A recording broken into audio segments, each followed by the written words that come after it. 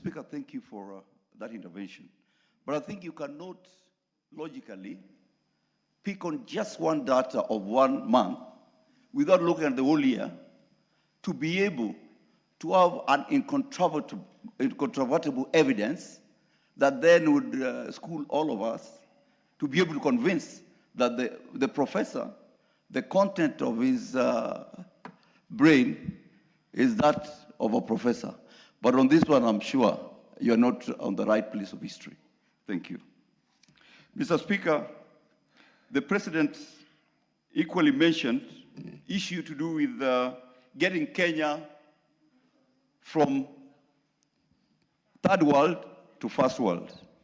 And I agree with him on one matter, especially on generation of electricity. As a country now, this country, we are generating 3,100 megawatts. Our consumption in the evening when Mama Mboga is cooking is 2,347. The effective capacity of the system is 2,600.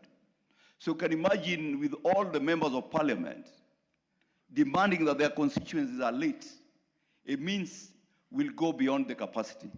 So it's important that we do much more investment as the president is posed to ensure that we can get to 5,000. You can imagine that just one plant in Ethiopia, an hydro plant, is generating 5,000 megawatts. When a country like ours, we are only generating 3,100.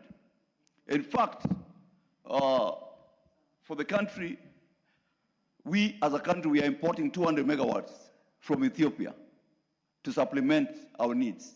That's why sometimes we go on, we go off power because we don't have enough.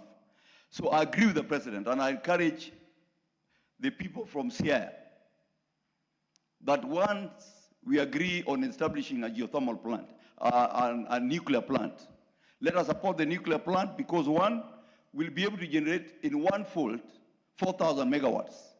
And other than that, before the plant is built, we'll be able to have a nuclear research reactor that will be able to help us produce isotopes that will help us in the field of cancer, especially ameliorating those suffering from cancer.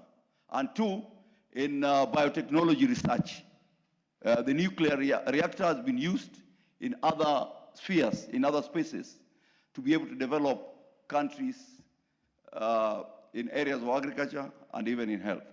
Mr. Speaker, sir, allow me to congratulate His Excellency, the President of the Republic of Kenya, and give him the assurance that he still go for a second term. Why?